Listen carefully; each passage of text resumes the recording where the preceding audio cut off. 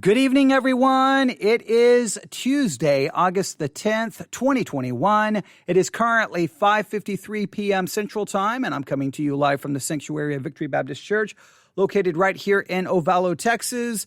And if you didn't know, you are listening to the Theology Central podcast, where I do my very best to make theology central, well, to pretty much everything, because we talk about everything. Now, I was in my car driving here, and I had a goal to do a couple of live broadcasts. I had my stack of stuff. I knew which things I was going to cover, but I made a mistake. On my way here, I was listening to the latest episode of the Rise and Fall of Mars Hill podcast. The Rise and Fall of Mars Hill podcast. If you should subscribe to the podcast, you should listen to every episode. Again, it's called The Rise and Fall of Mars Hill. And unless you've been away, on a different planet or you weren't alive, maybe you're very young, you've probably heard the story of Mars Hill Church in Seattle. It was pastored by Mark Driscoll. It was this small Bible study that exploded into this mega church that was greatly influential throughout Christianity. And then basically as quickly as it exploded and turned into this mega church, well, it all collapsed and it fell apart. And it's just a crazy, tragic story, and the podcast takes you through the entire crazy situation. Again, it's called The Rise and Fall of Mars Hill. You can find it wherever you get your podcasts. Please subscribe to it. Please listen to it. But I was listening to the latest episode, which is called State of Emergency.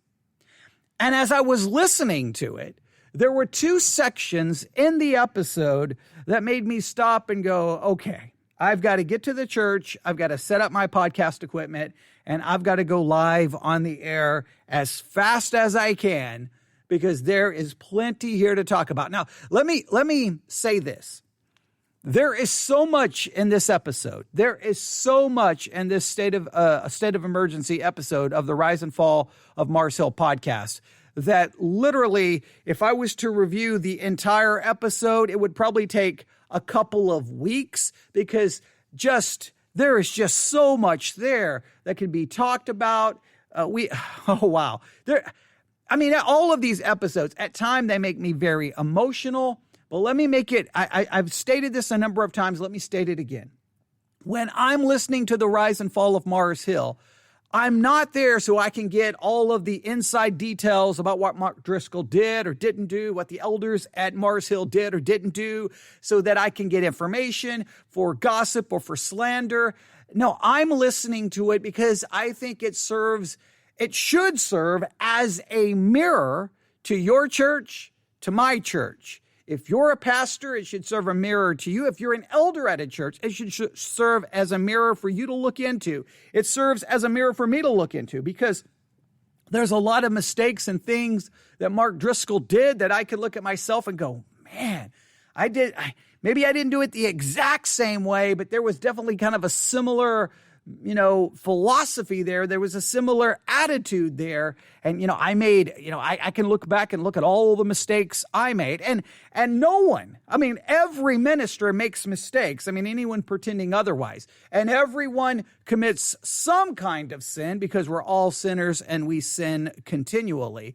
But the State of Emergency broadcast episode, there's just so much there. But there were two examples, two segments that I was just like, whoa, we've got to talk about them. And here, I want you to put your thinking caps on, because this is very important. I have said over and over and over and over again that almost every theological conflict, every problem, when you really get down to it, it's always an issue of hermeneutics. It's always an issue of how do you interpret the Bible and what are you doing with the Bible? And the reason I say this is because in the Protestant world, we claim that Scripture is the final authority.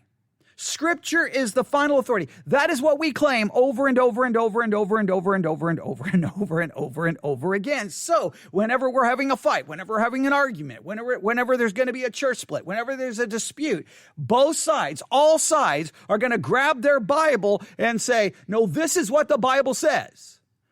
all issues really go back to how did they handle the text? How did they interpret the text? What was their hermeneutic? What was their method of biblical interpretation? Well, here in this episode called State of Emergency, again, from the podcast Rise and Fall of Mars Hill, I'm going to say the name a number of times because I really want people to listen to it. I really do. But in this episode, there are two examples of, Mark Driscoll interpreting the Bible or applying the Bible, or he's doing something with the scriptures that should have raised a red flag to anyone and everyone who was listening. But trust me, it didn't raise a red flag. It didn't raise a red flag to anyone. Well, when I say to anyone, to most people, I should say. There's always probably some person who'll say, well, I knew something was wrong the first time I heard him preach. Well, everyone claims it after the fact. But at the time, people were talking about how amazing a Bible teacher he was. That he was amazing, that he handled the scriptures, he preached for an hour, and that, if you want to really grow and you really want to understand the Bible, listen to Mark Driscoll. I mean, that was a very common thing. You heard from people from all kinds of different theological backgrounds, which was interesting. You heard it from some people within the Reformed world. You heard it from people who were not in the Reformed world. So a lot of people talked about his ability to teach the Bible. Now, was he a great communicator? Absolutely. But was his hermeneutics always right? And are these examples of something that should have raised a red flag? Well, I want to make this very clear. What he does in these two examples that I'm going to play, he does something that is very common in churches all across the United States of America. I have heard at least one of the things he does with one text here. I've heard it done a million times. And just with slightly different focuses, with just changing things a little bit, all right? And one comes from the Old Testament, one comes from the New Testament, but the Old Testament passage, I've already done, I think, multiple podcast episodes and sermons from my church showing my people how this passage is so abused and manipulated by pastors on a regular and consistent basis. But trust me, I've been out there telling people, look at how this is abused by this church and this church and this church. And the typical response is, whatever. Well, now looking back at what happened at Mars Hill, now people are going, well, maybe we should have been paying attention to what he did there. Well, anytime someone's mishandling a text of scripture, misusing it, misapplying it, we should always at least be concerned. I'm not saying that means, something horrible is going to happen. I just mean that it's always concerning because we are to rightly divide the word of truth. We are to handle it correctly. We're to ensure that our observation is correct, that our interpretation is correct, and most importantly, especially how we start trying to apply it. All right. So are you ready? There's so much I want to say. But I just want us to get right into these two segments that will serve as two examples of how scriptures can be mishandled, even by very famous pastors, and no one even notices. And we have to ask ourselves, why does no one notice? Now, looking back through the lens of history, well, this podcast is going, something's not right here. Well, yeah, isn't it great that we can figure that out years later? We've got to have Christians who can detect these things in the moment, not 20 years after when everything implodes or however many years it's been. Not when everything blows up. It's not been 20 years, but however many years it's been since, 5 years, 7 years, whenever Mars Hill came crashing down. We've got to have Christians who listen to what is being preached and then search the scriptures to determine if it is so. But there's a lot of issues we're going to talk about here. Are you ready? Let's listen to the first one. This is at the very beginning of the new episode called State of Emergency from the podcast, The Rise and Fall of Mars Hill. Here we go. It's Sunday, September 30th, 2007, and it's an evening service at Mars Hill Church. Mark Driscoll is preparing to preach the final sermon in a series on the book of Nehemiah. I'm going to go ahead and pray. Tonight is a great text. A guy beats up some members of his church, scalps one. It really, it's just heartwarming is really what comes to mind. Stop right there. The book of Nehemiah, and he immediately applies Nehemiah to Nehemiah being a pastor, and he did these things to his church members. Now, look, there is a problem immediately. And I have heard people do so many things with the book of Nehemiah. The repairings of the wall represents, the wall can be your business. And Nehemiah gives you principles on how to be a good boss. Building the walls can be, your family. And this teaches you how to be a good leader in the home. Building the walls can be the church. And this tells you how to be a good pastor and lead the church.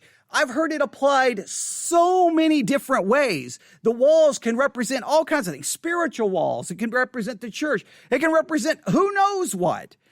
And it always bothers me when I hear it because I'm like, wait a minute. We're in the Old Testament. This is a historical narrative telling us what happened in this particular historical setting.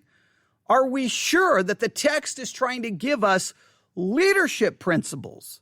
Are we sure that this is supposed to be likened to the church? Hey, here's Nehemiah. He's the pastor. The people he has issues with, they're his church members, and he does all of these things with them.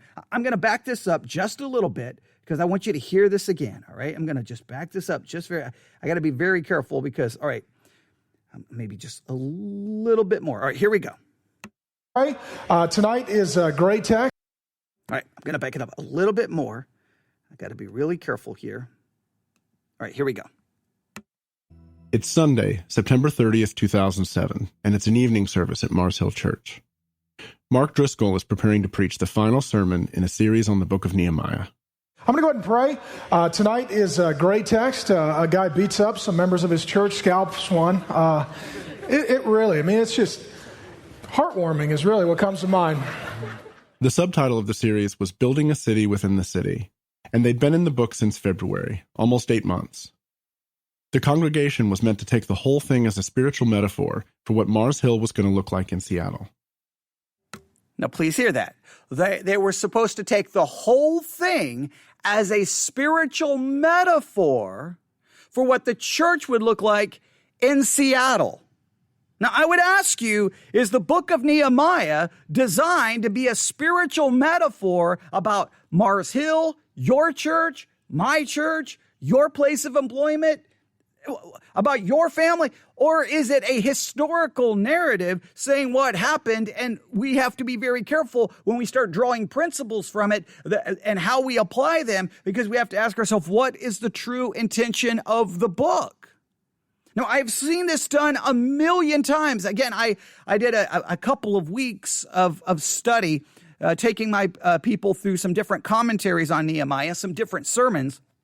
I think we may have even reviewed a few sermons on Nehemiah here on the podcast, just showing you how this is done. This is so common. And I know you're thinking, well, there were some bigger issues at Mars Hill than how he handled the book of Nehemiah. I'm not denying that. But is it possible that the bigger issues started with how he's handling the text of Scripture? Because now he's taking a historical narrative about about the walls of Jerusalem being rebuilt by Nehemiah, and somehow going to turn all of that and make that about Mars Hill and make it about him.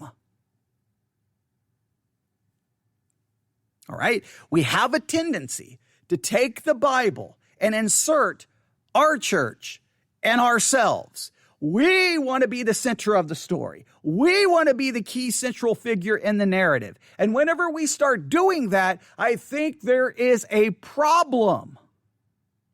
All right? Just let's continue listening. Here we go.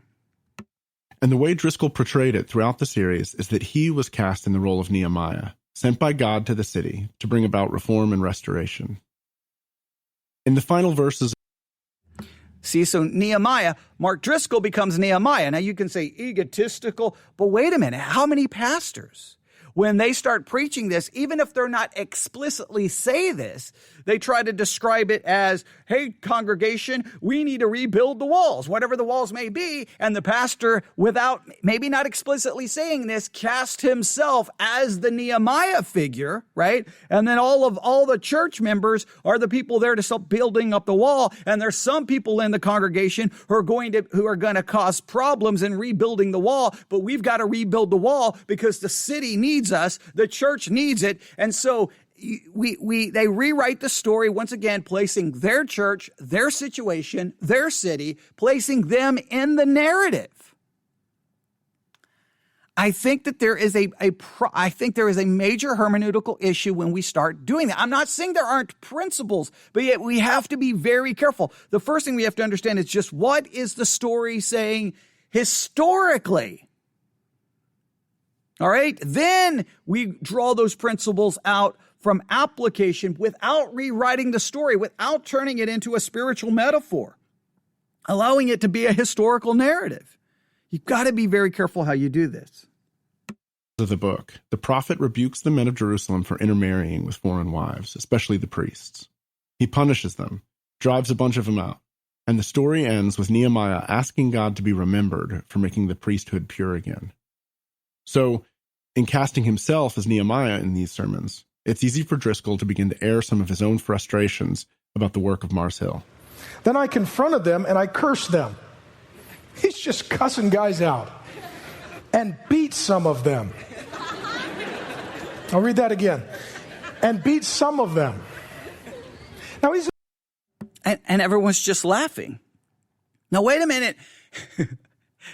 Okay, so Nehemiah. Now, I understand that sometimes when you're preaching, let me make it very clear.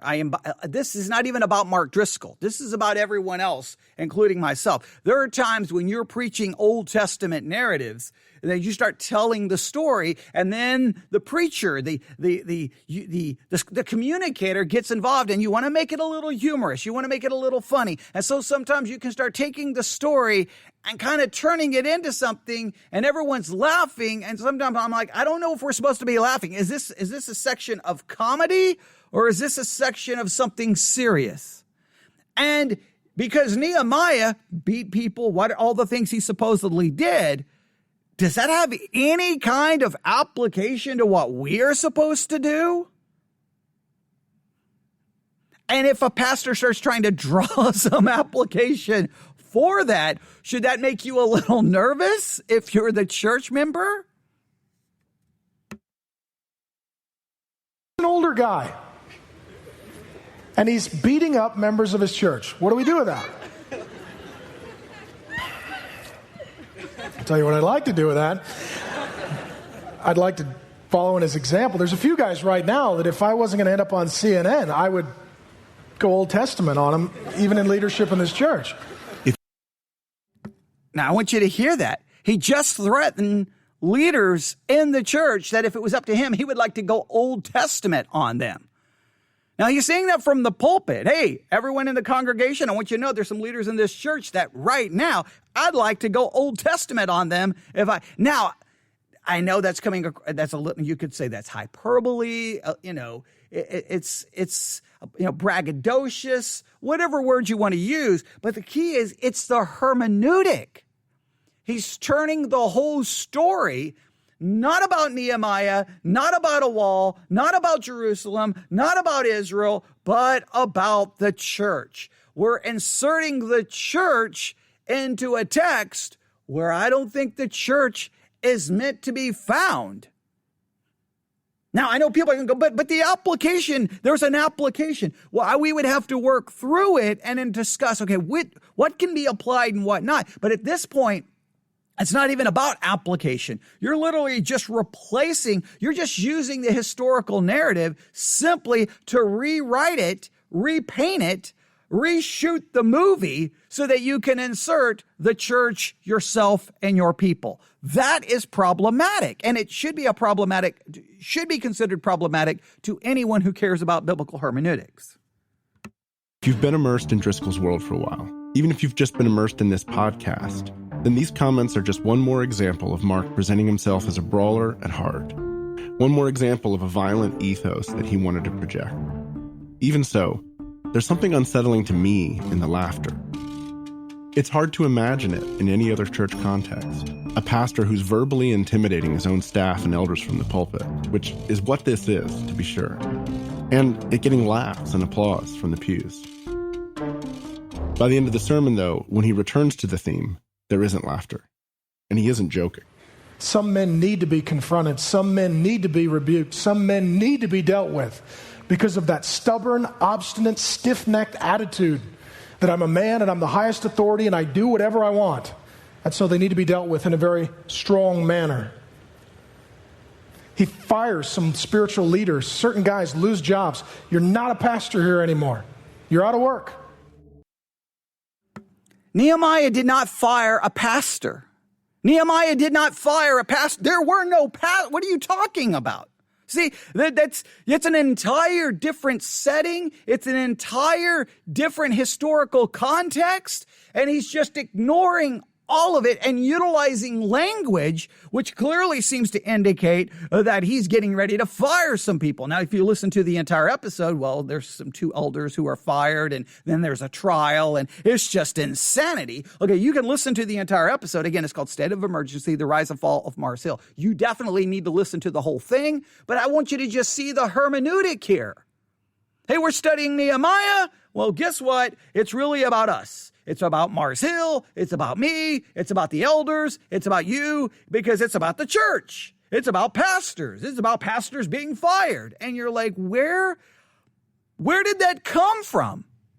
How did you get there? Now, I don't care how great you communicate. He communicates 1 billion times better than I ever will or ever could. Right? He's a far better preacher than I will ever be or ever could. But there is something about sometimes, just because someone is a great communicator, just because sometimes there's a beautiful big church with lots of people and lots of activity, if the text is being mishandled, it's your responsibility sitting in the pew to go, something's not right here. Now, I'm not saying being nitpicky. I'm not saying trying to be, cause a problem with every little thing. Sometimes you just have to go, okay, if that's how we're going to start handling the text of Scripture, I don't know if I need to be here. Because that's problematic. Now, and a problem with a church of 10,000, 15,000 people, it's not like you can have a meeting with Mark Driscoll and even share your concerns, okay? That's another problem with these kind of large churches. But I just want you to see that the text is now becoming about something the text isn't about. I'll just give you an example. I'll just do this. Again, this is very impromptu, but I've got a Bible dictionary right here. I just looked down and noticed it. So I'm just going to do this. All right. I'm just going to open up the Bible dictionary. All right. Because again, anybody can do these things. It doesn't require seminary education to do some very simple things here. All right. So the book of Nehemiah, all right, this is on page 889 of the Bible dictionary. We have these in most of our pews here at this church because I'm always having people look things up. Page 889, Nehemiah, book of, a historical book. All right, see, I'm accurate and it's a historical narrative. Is a historical book of the Old Testament that describes the rebuilding of the city walls around Jerusalem. The book is named for its major personality, a Jewish servant of a Persian king, an effective leader who organized and guided the building project. Now, there you have it. That's what it's about. It's not about Mars Hill. It's not about Victory Baptist Church. It's not about your church. It's not about 10 principles to be a good leader or a good CEO of a company. The things done with the book of Nehemiah, to me, are hermeneutically criminal. Right? I mean, if the book of Nehemiah was a person, it should be filing charges for abuse. It should be filing charges for assault because it has been touched and twisted and assaulted in ways that are not acceptable. And I know when I say that, you're going to be like, but I was in a church and we had a small group study and we did a study of Nehemiah and we learned about how to be, and all the different things you learned. But did you actually learn the book of Nehemiah? Did you? Or was the book of Nehemiah simply a trampoline so you could hop on the trampoline and jump off to, well, whatever you wanted to talk about. Being a good leader, good boss, good husband, good wife, good manager, a good church. Is that where it ultimately led to? Now, the reason why this occurs is because pastors understand that if I can't get that sermon from the historical page to application quickly, then the people will just get bored and lose focus. But I'm sorry, you got to train your people a little bit better. It's God's word. Now, it is profitable. Now, if it's profitable, I got to figure out why it's profitable and how it's profitable, but not by twisting it to make it profitable. All right, now we'll listen to just a little bit more of this segment, and then we'll go to another segment where we'll get another example of this. Two of the pastors in that room during that sermon were Paul Petry and Meyer. Both had been longtime members and leaders there, Paul since 2001 and Bent since before even that. And both were on staff. In days before this, they, along with the other pastors, had been asked to review new bylaws for the church that represented significant changes in the way the church was governed. Paul was also an attorney and had some concerns, so after talking about them with Bent and with the church's legal counsel, had submitted those concerns along with suggested changes the previous Friday, as all of the elders had been asked to do. That afternoon, he and Bent received an email from Jamie Munson, which asked them to come to an impromptu meeting after that evening service at 8:15. Here's Paul Petry. I thought it was going to be just Jamie, but it ended up being Jamie and Mark and Bubba Jennings and Scott Thomas. What he'd anticipated was a conversation about the bylaws and about his proposed changes. But as you can imagine, you walk into a room like that, outnumbered, with 3 of the executive elders and a campus pastor waiting for you, and the temperature changes immediately. And that is the meeting where Meyer and I were fired on the spot. After Mark gave his Nehemiah sermon on beating up his pastors, little did we realize we were those couple of guys. Did I pledge my... There you have it. So that sermon, he was threatening, and he carried it out soon after and fired these 2 people. Now, you can get into you can, again, listen to the whole episode to hear everything that occurred. But it's just, wait a minute, was he preaching Nehemiah? Or was he simply using Nehemiah to prepare the church for what he was about to do? That's the question. Was he really preaching the text? Now, in hindsight, we can call it into question. But let me make it very clear. Whether those people were ever fired, whether anything ever happened, we should be calling it into question because I think it's poor hermeneutics. And you look at all the sermons preached on Nehemiah, and I think we should all raise some questions. Again, this is not even about Mark Driscoll. This is not even about Marcel. It's about you. Go just hop online and start finding all the sermon series you can on Nehemiah, and you go listen, and you see how they're handled. It's sloppy.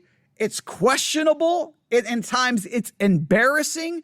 I'm going to say this. At times, it's pathetic. At times, these sermon series that I've heard online should actually be downloaded and taken to a seminary, into the hermeneutics classroom, and tell everyone, this is what you don't do to the book of Nehemiah or any other book. But here is a good example. But it would be interesting if you went to a seminary classroom and you walked in and you said, okay, guys, it's Saturday morning.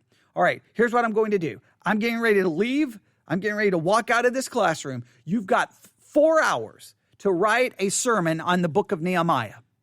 All right? Then after the 4 hours, after you're done writing it, or if you get done earlier, you're free to leave, go get some food, be back here by 2 p.m., 1 p.m., whatever the case may be. All right? And then you're going to stand up and preach it. And then find out how many of those just absolutely do damage to the book of Nehemiah. And then you can say, you fell. Now we need to talk about how to handle this. Now, I understand the temptation is we've got to make it practical. It can't be about Nehemiah and a wall in Jerusalem and Israelites. It's got to be about us. We always think it's about us. Make it very clear. Profitable for doctrine, for reproof, for correction, for instruction in righteousness doesn't always mean we just place ourselves in the text and replace what it's actually about. It's an art. It takes a little bit of skill. All pastors mess up all the time. but we have to acknowledge when we mess up. And here, he just made it about him. He made it about them. And now, for historical hindsight, you can kind of go, well, I think he was preaching that to really just prepare the church. Hey, Nehemiah got rid of people. Nehemiah fired some pastors. Nehemiah beat up some of their pastors. Well, I want you to remember that because he knew, it seems like he knew what he was getting ready to do. And I've been called in to a meeting very similar to that, where I didn't know what was getting ready to happen. And I walk in and then there's all these other people sitting there. And then I'm getting accused of being a Calvinist. And okay, we won't go through that whole story. That was, I've witnessed this kind of nonsense happening in churches where you're strong armed and intimidated and you're not told what's getting ready to happen. And they got people there waiting up, pounce on you. Oh man, the politics and the nonsense that goes on in many churches, it is absolutely frightening. But let's go from Nehemiah. Now we're going to jump to another segment of the podcast where now Mark Driscoll is in the Gospel of Luke, a very famous passage where Jesus is telling them about basically calling people to be a disciple and what it means to be a disciple. Right? Listen closely to this one. That sense of movement is captured in an overt way in a sermon from 2011.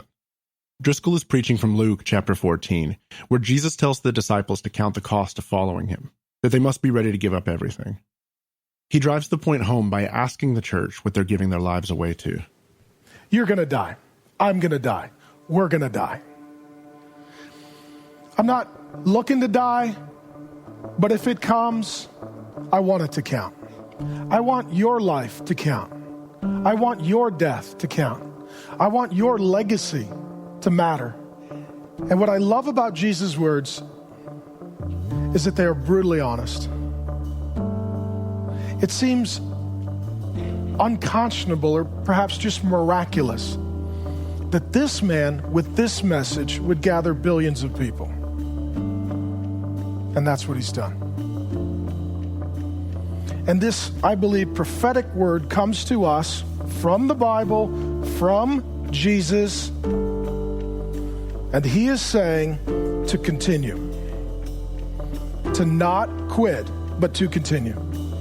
And he gives us this word today at the best point in the history of our church.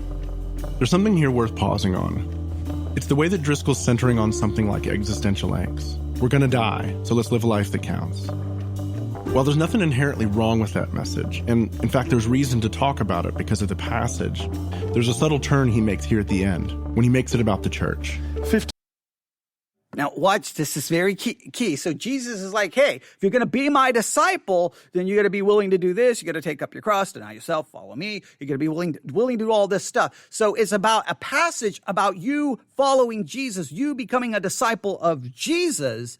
And very subtly, this is going to, once again, Mars Hill, following Mars Hill. Be willing to give up your life for Mars Hill. Doing something that is worthwhile by serving Mars Hill. Being dedicated to Mars Hill. Counting the cost to be a member of Mars Hill. Serving Mars Hill. So in a subtle way, listen, the Mars Hill becomes a substitute.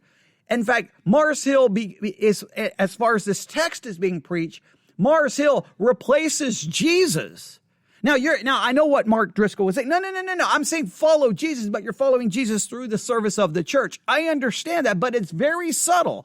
Are we calling people to Christ? Are we calling people to our ministry? Are we calling people to serve him? Are we calling people to serve this church? Are we calling people to sacrifice to Christ or to sacrifice for this church? What are we? It's very subtle.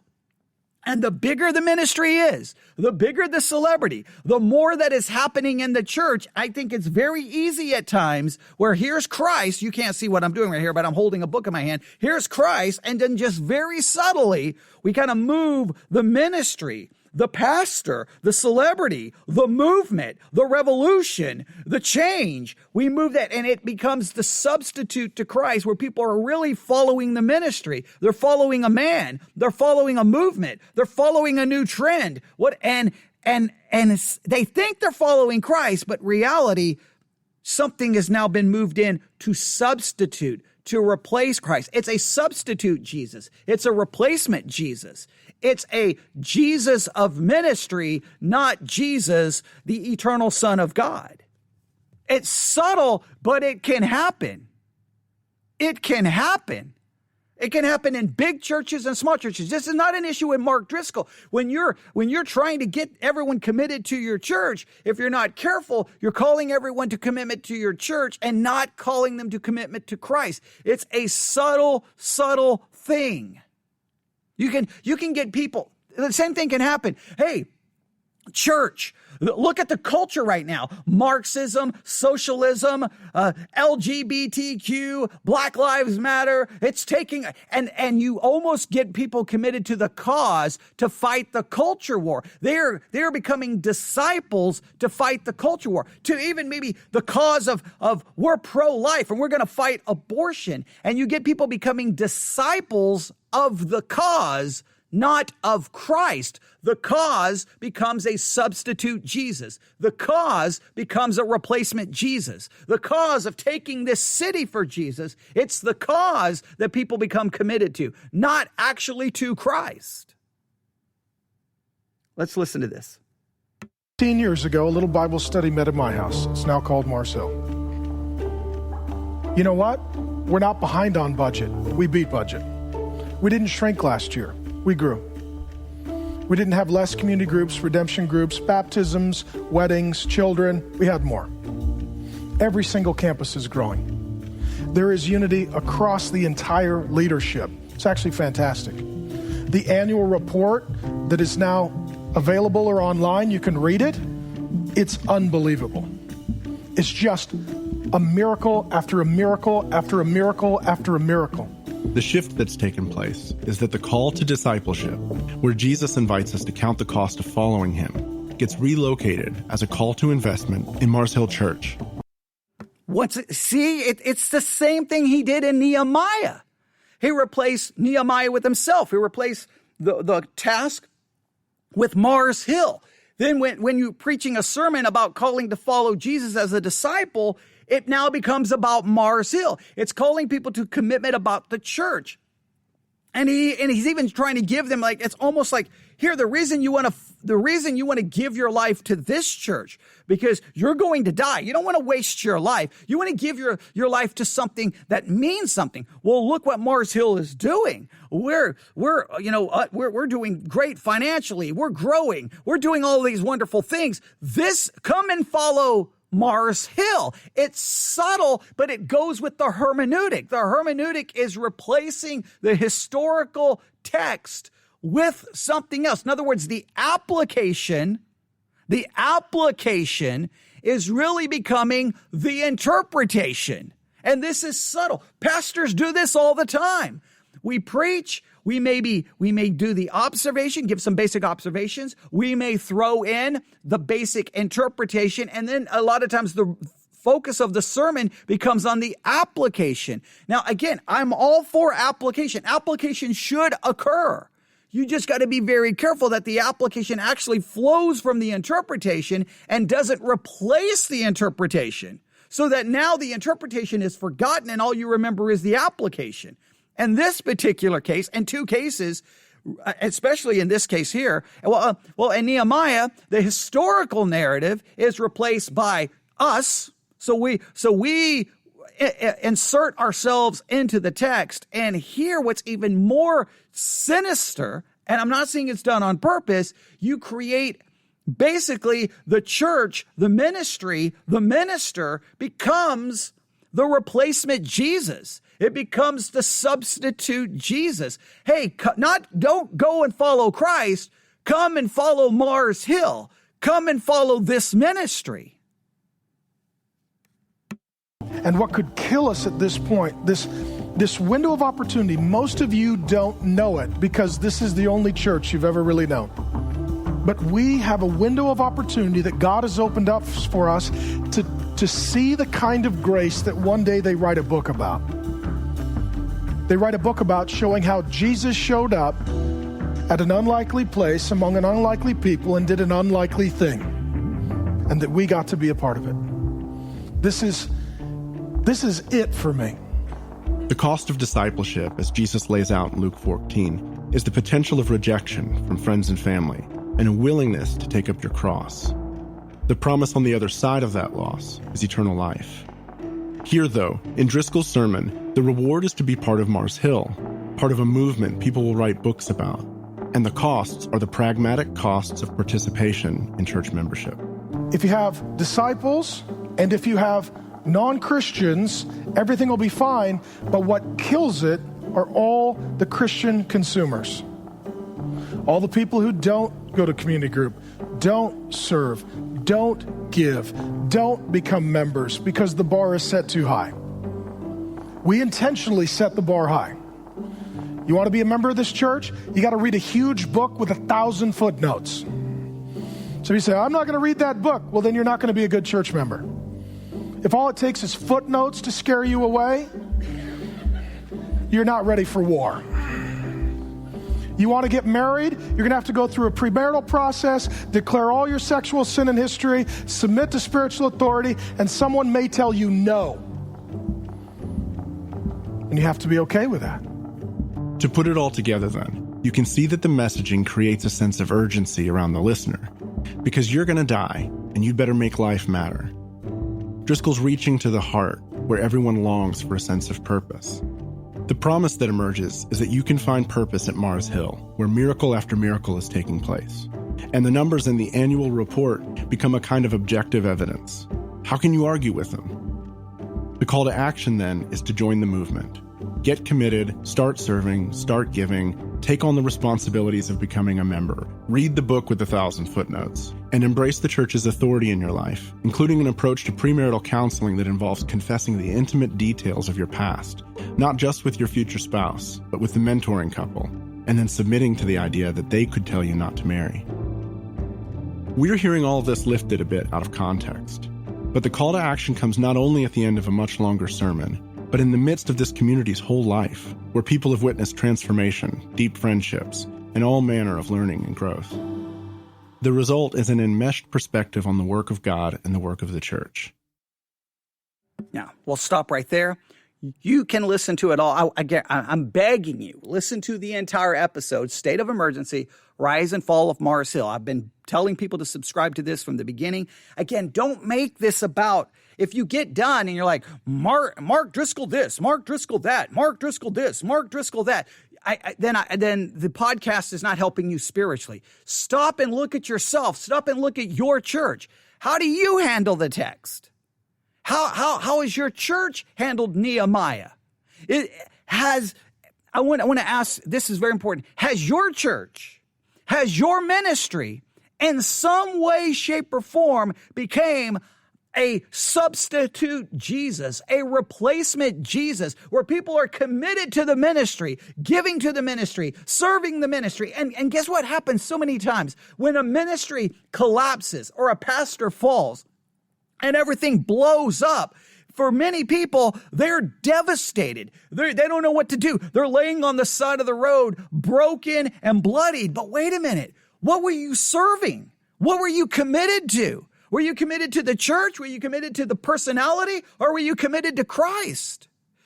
Pastors and ministries, we want people not, I know this is hard to say, because yes, I know as a pastor, even as a podcaster, I need those people who are committed and serving, because without it, then the things fall apart. I understand that. But ultimately, we have to say, follow Christ. Come and die to follow him. Take up your cross, deny yourself, and follow him. Not us, not the Theology Central podcast, not Victory Baptist Church, but Christ.